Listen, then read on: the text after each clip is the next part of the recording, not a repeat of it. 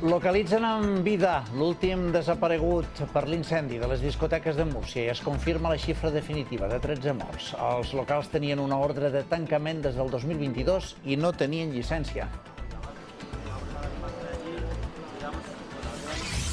Brussel·les avala que Espanya no implanti un sistema de peatges a les autopistes a canvi de més inversió al ferrocarril. La Comissió Europea desbloqueja 94.000 milions d'euros pel Pla de Recuperació Econòmica.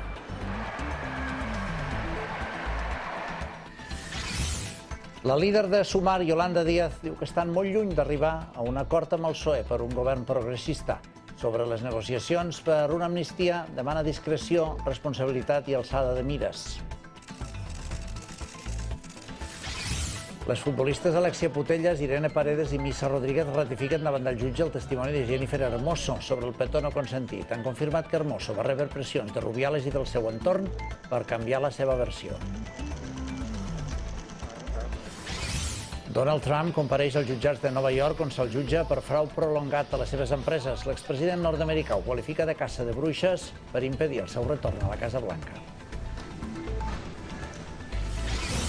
Una vintena d'empreses petrolieres i gasistes es comprometen a complir els objectius de descarbonització que es fixin a la cimera del clima de Dubai de finals d'aquest any.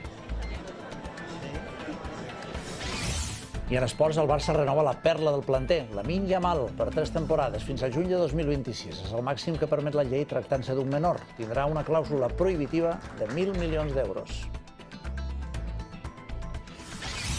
El cel continuarà serè les pròximes hores, amb temperatures altes fins a la primera part de la nit. Demà tornarà a fer molt de sol, però amb nuvolades al Pirineu que poden deixar alguna gota i amb temperatures una mica més baixes.